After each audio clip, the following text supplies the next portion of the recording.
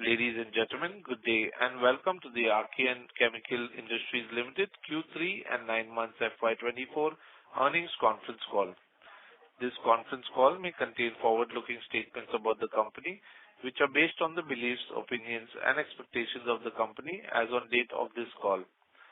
These statements are not the guarantees of future performance and involve risks and uncertainties that are difficult to predict.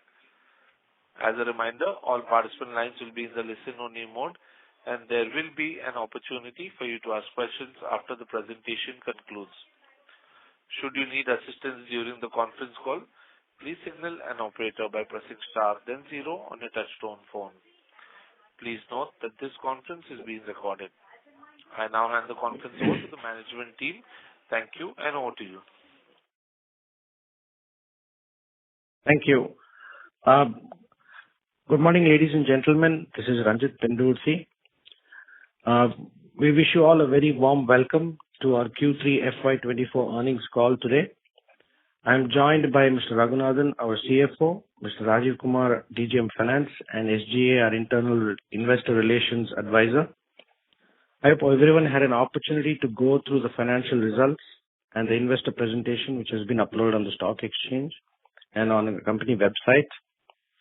I'll take this opportunity to give you a quick snapshot on the industry and recent developments of the company. Post that, Mr. Raghunathan, as usual, will walk you through the operational and financial performance of the company. To start with the industry highlights, over the last few quarters, there's been some moderation in the business performance across the chemical industries at large. As you all know, the sector has faced some headwinds over the last 3-4 quarters. And we believe that continues to happen as well. China, of course, the large player on the domestic impact as well as overseas, continues to encounter hurdles as the recovery in domestic consumption is slower than expected, resulting in an overall downturn in end-user industries. As you're all aware from news and various other sources, their economy is struggling, especially on the construction sector, and thereby impacting many downstream industries as well. However, in recent times, we observed some stabilization in certain end-user industries, restoring and sustaining demand for specific chemicals like bromine.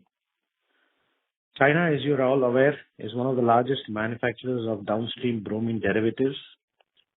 Despite the current industry-wide destocking phase and demand moderation, Archean Chemicals has not only withstood these external obstacles, but has also recorded consistent performance. Coming to the performance highlights, we're glad to inform you that the company was able to report a healthy performance for the quarter, registering a total revenue of rupees 4,227 million for Q3 FY24, a growth of 13% year-on-year basis. On the bromine side specifically, during the quarter, we did see some demand pickup in bromine, as well as some of the clients have started pushing back their inventory levels to limited demand and are now restocking. In the domestic market, it's been more resilient. We did some business with agrochemical players who are facing headwinds at the moment, and offtake is lower than usual. However, we see that as well moderating shortly. Due to, of course, the global geopolitical tensions, we have seen some additional inquiries from various customers. However, we believe this to be momentary and not sustainable in the longer term. On the pricing front, bromine prices have moderated, as you're aware from the numbers, but they remain around the $2.75-3 mark. In the long term, we are confident to generate steady business basis the contracts we have and the relationships we maintain with our global customers. On industrial salt, we are delighted to inform you that our quarterly volume run rate has remained steady at more than 1 million tons. Industrial salt, as you're aware, finds applications in a vast array of end-user sectors. However, our primary clientele consists of chlorine and chlorine derivative manufacturers in Asian market who require grade 1 industrial salt. There are limited players of this quality in the world, and we are one of the handful producers of the same. and able to deliver such large volumes as well. The derivative industry is witnessing the advent of new areas, especially in the Middle East, and our geographical spread continues. Based on our strategic location, we are well positioned to serve this ongoing growing global demand. The third one is on sulfate of potash. We're getting some new business clients and have done a good amount of business this quarter. We're doing several trials in the market, both domestic and overseas, to make the product profile even more varied. We'll also be able to serve our domestic clients, and we expect this business to grow meaningfully in the latter part of the next financial year. Coming to a greenfield project, the bromine derivatives facility coming up in Jagadia, Gujarat. The project is progressing as per schedule, and we anticipate starting the first phase in this quarter, subject to obtaining necessary clearances from the regulatory authorities. That is it from my side. Now I will request our CFO, Mr. Raghunathan, to run through the financial performance. Thank you. Thank you, sir. And a very good morning to all the participants on the call. We are pleased to report a notable performance for this quarter. To give you a summary of Q3 FY24, as MD has indicated in his speech, the company has registered a total revenue of rupees 4,227.2 million. This giving a growth of close to around 13.5% on a year-on-year basis. Bromine has contributed around 27% of the total revenue. Industrial salt has around 68%, and the balance 5% has come from SOP. This is on the product mix. Moving to EBITDA. EBITDA for this quarter stood at around 1,559.8 million with a margin of around 37%. Net profit after tax stood at around 1,021.9 million, a growth of around 4% on a year-on-year basis. Moving to 9 months FY24 highlights. Total revenue is around 10,790.6 million, soft by around 1.4% when compared to year-on-year numbers. Moving to the business mix, bromine contributed around 32%. Industrial salt is around 64%, and the balance 4% has come from SOP. Export market has contributed around 75%, and the balance 25%, of course, is from the domestic market. EBITDA for 9 months stood at around 4,090.9 million with a margin of around 38%. The net profit is around 2,627.1, a growth of around 6.5 when compared to the 9 months of the previous year. We are also happy to share that the Board of Directors have declared a second interim dividend of rupee 1 per equity for this FY24, amounting to 12.34 crores. It is further to be noted that the company had already declared a first interim dividend in the previous quarter, and thus with this second interim dividend, the total amount disbursement by way of the dividends aggregates to around 24.38 crores. With this, we conclude the speech, and the floor is open for Q&A. Thank you. Thank you very much. We will now begin the question and answer session. Anyone who wishes to ask a question may press star and 1 on the touchtone telephone. If you wish to remove yourself from the question queue, you may press star and 2. Ladies and gentlemen, we will wait for a moment while the question queue assembles. The first question is from the line of Sudarshan Padmanabhan from JMPMS. Please go ahead. Yeah, thank you for taking my question. Sir, my question is, we have seen that the downward spiral of the bromine prices got arrested, say, about 3-4 months ago. And broadly, the assumption was that we will be able to get a little bit more firmer contracts in the longer term, business. So if you can give some color with respect to, prospectively when we look at this business, how do we see the contracts getting signed? And, as you mentioned, $2.9 also seems to be lower than the long-term average. So how do you see the demand scenario, kind of pushing the prices, especially in the light of, the Israel situation at this point of time? So thank you for that question, Mr. Sudarshan. As I said in my commentary, I think there is a demand moderation. So a couple of factors contribute to the bromine pricing. Specifically to us, we are performing on our long-term contracts, so I think that is continuous. We have a backlog of almost close to 4,000 tons of orders. So fulfilling that, itself keeps us on a fairly even path. But with regards to the pricing of bromine, yes, I think in the context of the bromine prices coming down, it's got more to do with end user industries. It's not so much about the requirement of bromine as a critical specialty chemical into what processes these companies do, especially in China. I think we anticipate that the pricing will continue maybe at current levels, give or take a few cents here and there. But having said that, I think the longer term picture will emerge when the Chinese are able to stabilize on the export front. The Chinese are able to stabilize their end user industries, especially on the derivatives aspect. With Israel, I think I said this maybe a couple of quarters ago when this question came up, or in some other conversations with investors or shareholders, that we really didn't see too much of an impact from the Israel situation, and I don't think we are seeing much of an impact today either. I think shipments out of Israel are happening, maybe albeit at slightly more expensive because insurance premiums, marine insurance, etc. have gone up.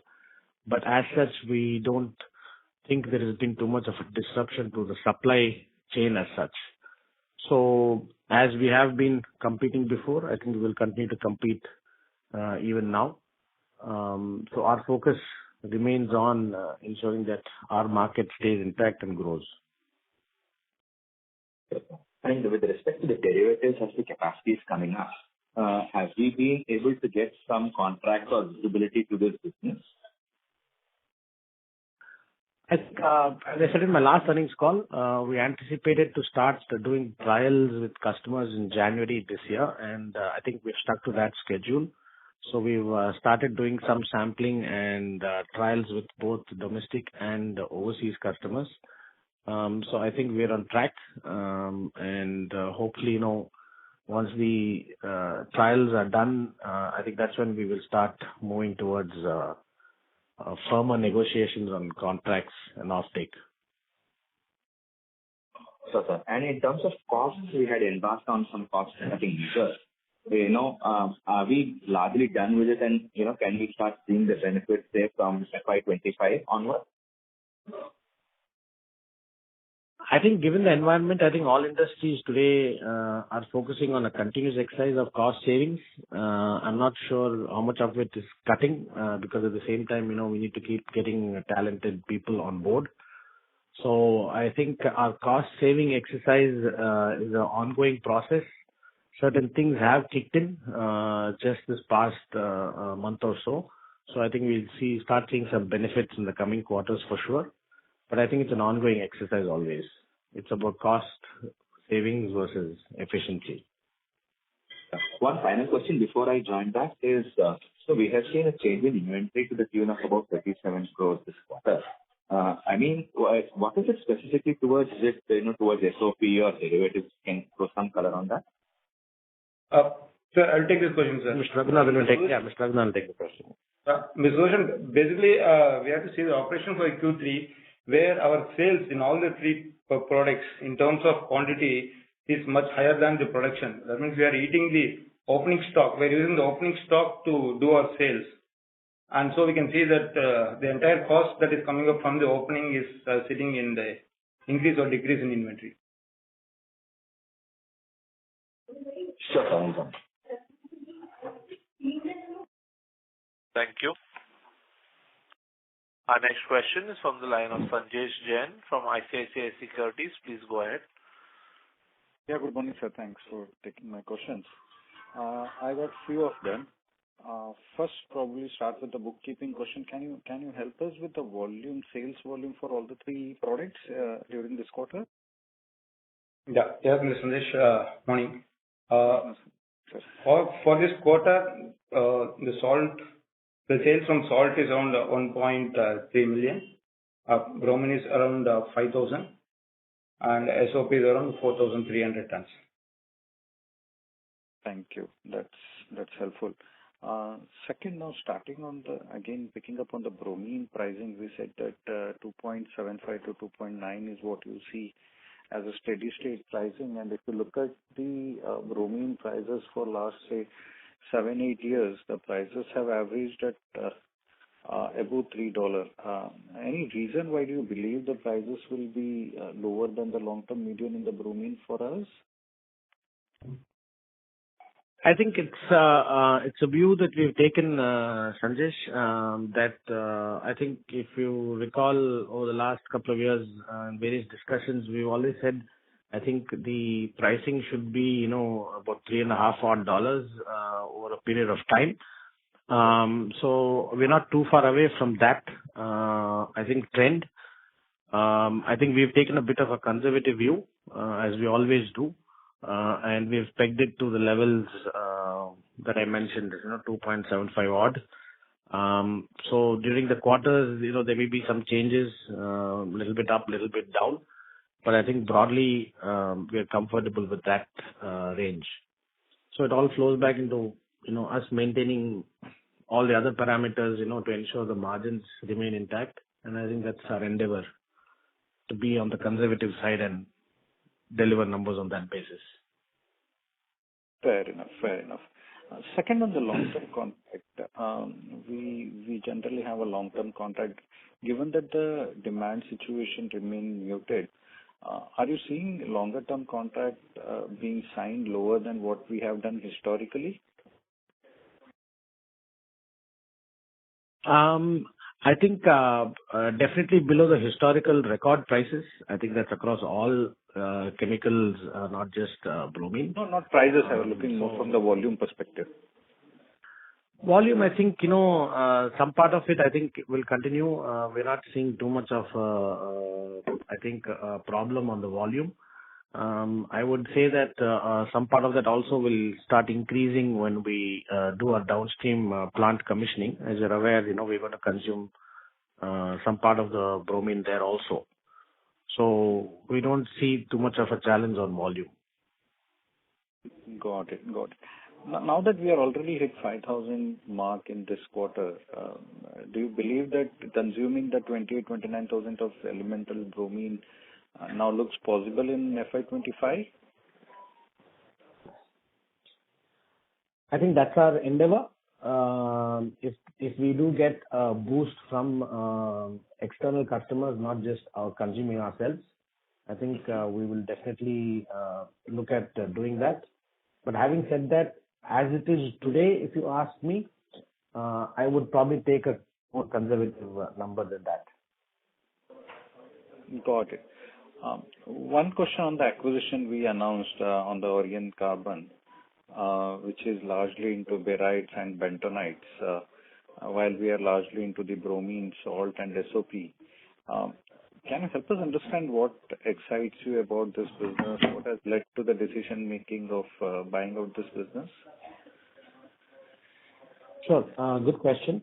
So I think Archean Hydrocarbon was a company that was started in 1990 by the promoter who was part of Schlumberger oil drilling. And subsequent to that, they had some financial difficulties, and we've just acquired that company. So that company is primarily into oil drilling fluids, so which ties into our bromine derivatives business, where we also are going to be making oil drilling products, as you're aware. So I think the synergy there is a right fit, and also it allows us to expand our product portfolio while going into oil drilling companies and contracts. So we're able to today not only offer pure bromine related products, but also other specialized chemical products into oil drilling. So I think it expands our basket of product portfolio when we approach oil drilling customers. And I guess this company has been shut for now, multi-years, right? How do we plan, and what is the kind of investment this company may require to come back into the shape so they can again start producing that mud chemicals they have been there historically? And second follow-up again on the talent, I guess with such a long, the talent would have moved out of the company. How do we are looking at bringing that talent back into the company in terms of employees, manufacturing, construction, and what is the level of investment from our side required to bring that operation, say, to their historical levels? Sure. So I think with any acquisition, I think people is probably the most important thing that we need to focus on, followed by the funds required. So I think on the people front, there is already an existing team. We need to obviously we've used the top grade diligence people to evaluate prior to us doing the acquisition.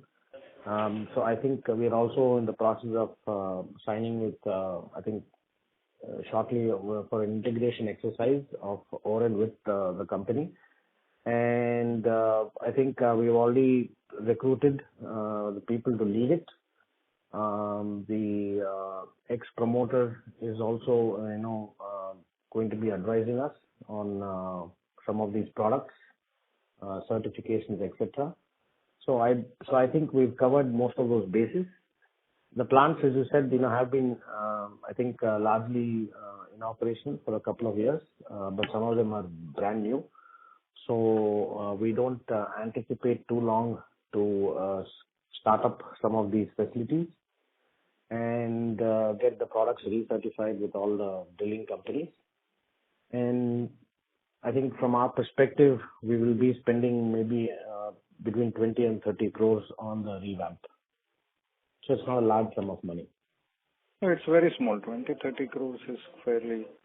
And Ranjit, what was the peak revenue for this company historically? You have any? About 400. Yeah. Rajiv. Yeah, Sanjay, it was around 430 crores. And which year was this? This was 2016. 2016. Okay. And what was the EBITDA margin then for this entity? Around 15%. Around 15%. We should be doing better than this because... Allow us some more time to work on this, and maybe a quarter later we'll answer this. No, that's fine. I'll come back probably next quarter to get more detail. One last bit on the bromine derivative side. Can you help us understand where are we in the entire process as the initial pilot run has been done, or we are still in that process? In terms of sampling, what is your internal assessment of the sample of the products which we have produced at the lab level, and where are we in the TBBA, capex and commercialization? So as you're aware, phase one is not having the retardants, and that phase one, I think, as I said earlier, I think we have started doing the sampling with customers already in January, as we had projected in our earlier call. And feedback, I think, is very good because we've always said this from day one, that being an integrated producer gives us an advantage in terms of how we are positioning the bromine derivative. And I think that strength is going to play out, as we've always said. And the customers have given good feedback on the product, on the quality. So now I think we, as I said a few minutes ago in the earlier question, as we move forward, we will start trying to get more contract-driven projection going. But we hope that we will be able to, commission that this quarter and then start doing the sales. And on the TBBA, when it's... Sorry to interrupt, sir. Maybe request you to rejoin the question queue. There are several participants waiting for their turn, sir. Yeah, I know. It's just a follow-up for my existing question, then I'm done. Sorry, Sanjesh, can you please repeat? So, we said that Q1 is when we are expecting TBBA plant to come up. Is that on the schedule? I think at the moment, Q1 is what we're targeting for, but we anticipate, I would say, between Q1 and Q2 to be safe. Okay, Q1 and Q2 to be safe. Done. Yeah. Thanks for answering all the questions, and best of luck for the coming quarters. Thank you. Ladies and gentlemen, in order to ensure that the management is able to address questions from all participants in the conference, please limit your questions to 1 or 2 per participant. Should you have a follow-up question, we would request you to rejoin the queue. Thank you. Our next question is from the line of Rusmik Oza from 9 Rays Equi Research. Please go ahead. Thanks for the opportunity, and sir, congrats. Numbers have been commended. So may I request you to use your handset, sir? Your audio is muffled. Yeah, 1 second.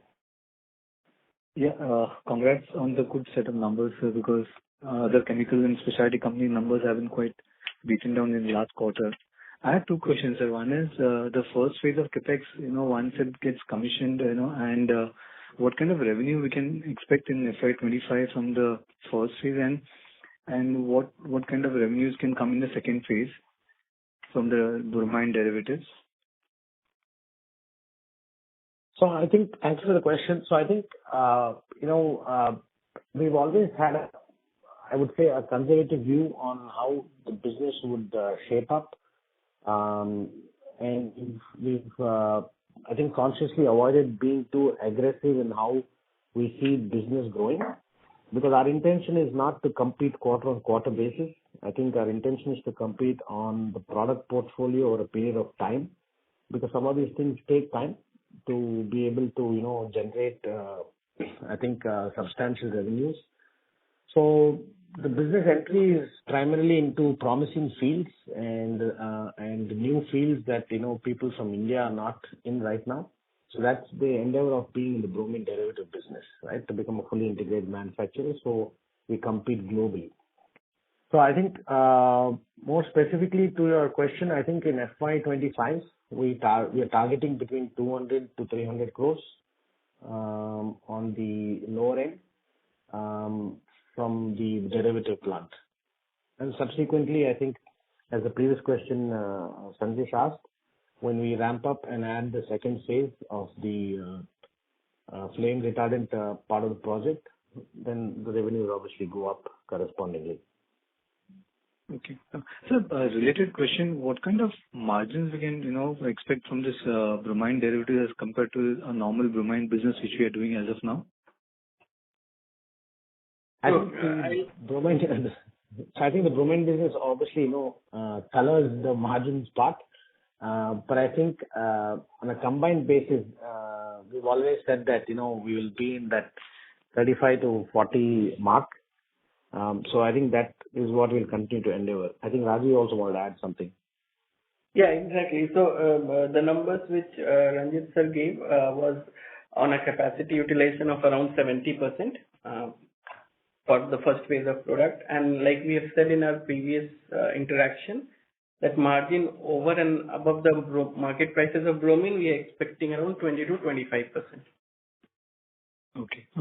And my second question is related to the lease, because as a shareholder, the big concern for us, is that renewal of lease actually. So if you can give us some clarity on where we are right now and how do you see this, lease renewals going forward for the company?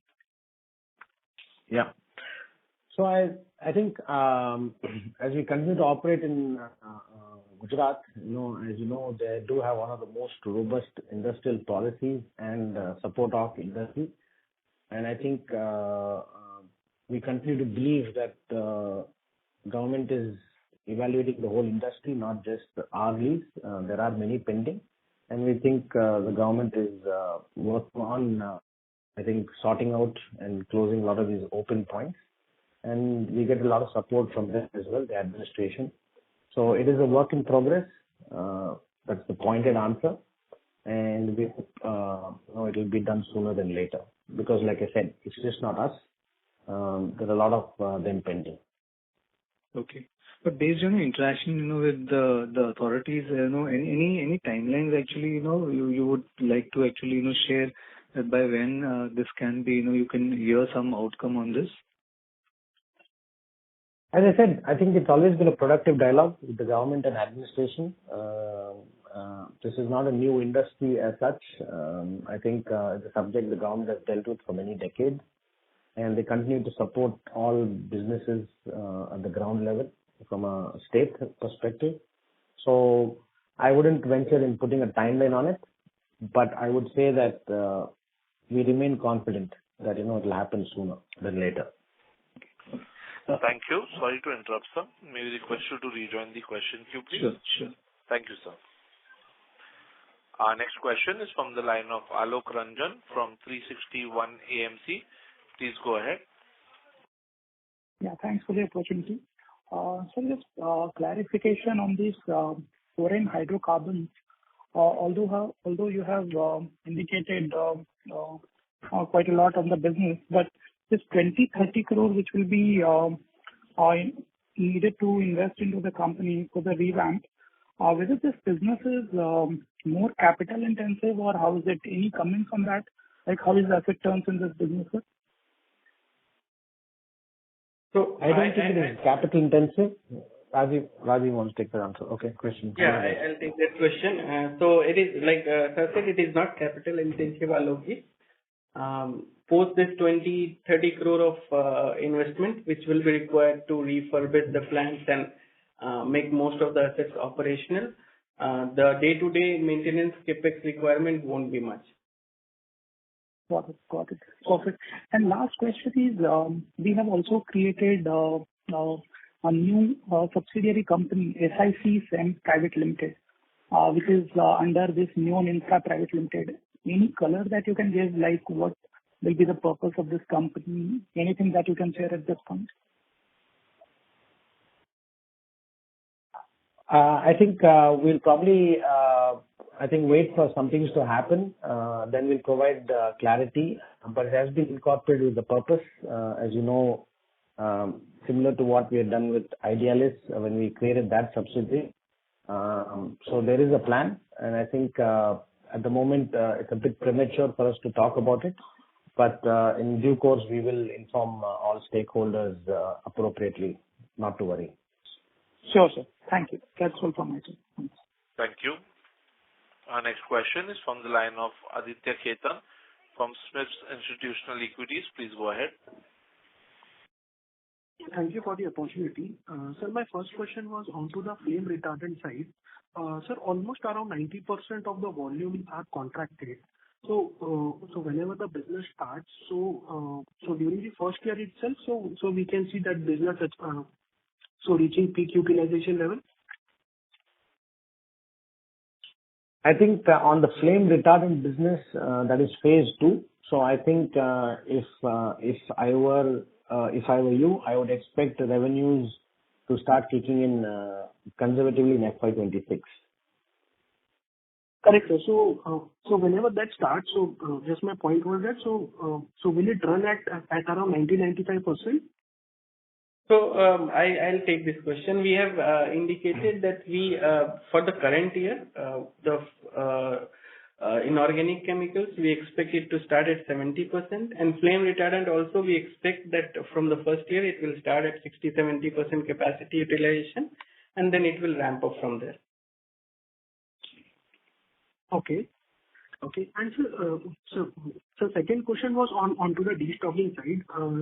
Still many of the agrochemical companies are indicating that so destocking is going on and they are still struggling onto the numbers. Have we also faced any sort of headwinds?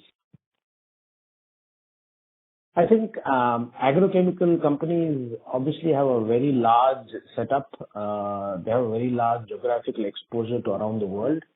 And I think some part of it is related also to weather and seasonal patterns around the world. So I think we are in context, a smaller subset player. So I don't really know about the destocking part per se about their own products, but at least from what we hear from our buyers, I think I think it's stabilized far better now than over the last couple of quarters. And I think the worst case scenario would be that it continues at this level. The best case scenario would be that there is some tailwind from either weather or from demand, or a combination of both.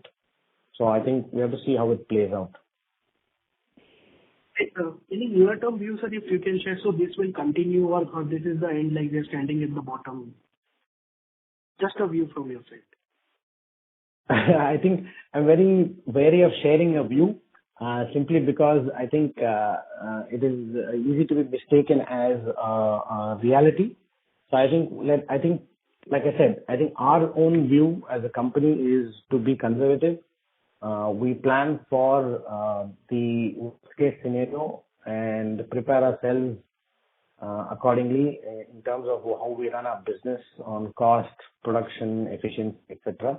So I think, like I said in my earlier comments on this call, I think that will continue to be our focus. Our focus is on what we do and how we do it well, and keep delivering on what we are doing.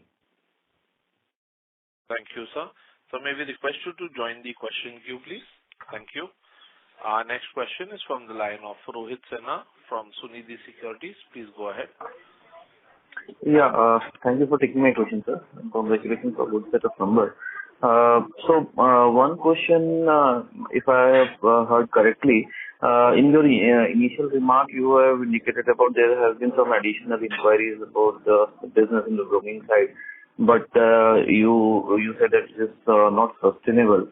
So just wanted to understand why we cannot capitalize on that, and what is the competition level we have in terms of capitalizing those inquiries?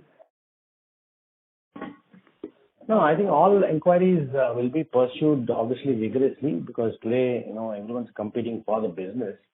So I don't think there's going to be any shortage of effort and action on our side. I think I was merely referring to the fact that we can't base the business on what could happen and how good the prices could be. I think our business has always been a large part of it contracted, but we do leave some percentage of our production into the spot market. So I think if there were an upsurge in the prices, we do have quantity to be able to take advantage of any such uptick in those prices. So we don't leave anything on the table as such. Okay.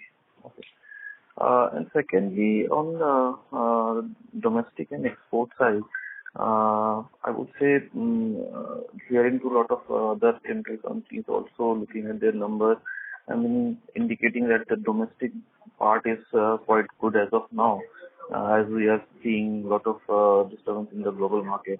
And since we have higher exposure on export side, how we are looking at this domestic market for us, especially for industrial salt also, because currently almost 100% is for the export market. So is there any scope for us to expand in the domestic market also, and how basically we are seeing the opportunity in the domestic market? So I think for us, the domestic market will primarily be bromine related and potash related. We don't have any intention of doing any industrial salt in the domestic market. So most of our volumes are already contracted for exports. And as a company, as an entire company, I think we will continue to be predominantly export oriented. So I think that will continue. That won't change. There won't be a greater domestic mix as a company. Product portfolios, like I said, salt will not be domestic. Okay. Any specific reason for that? Why we are not looking at domestic market for this? I think the grade that we supply is preferred by the overseas markets, not necessarily required locally. And I think, as I said, most of our volume is already contracted out. So we have never positioned it as a domestic supply.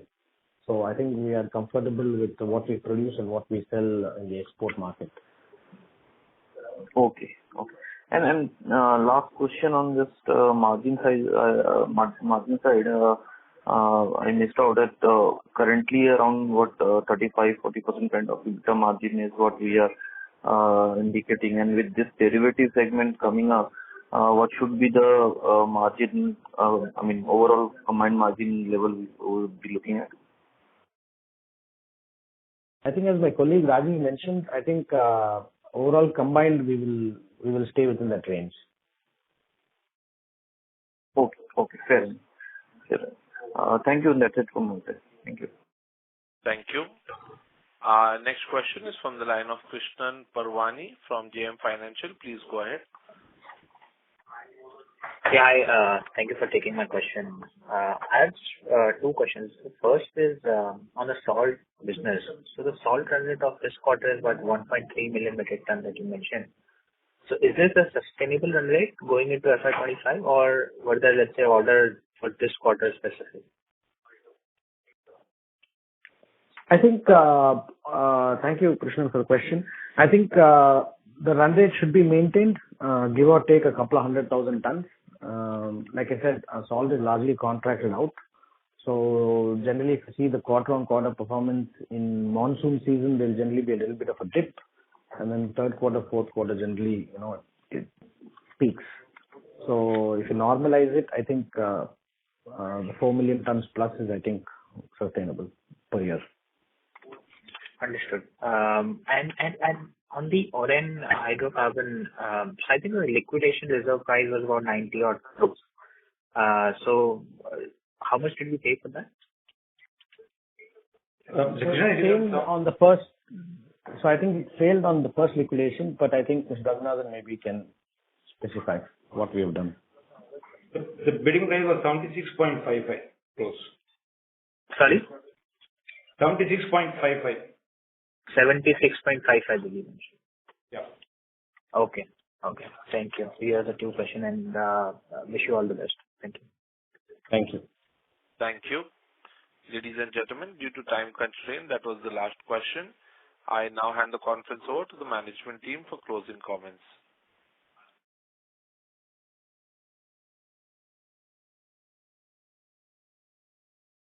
So thank you everyone for joining us in this earnings call.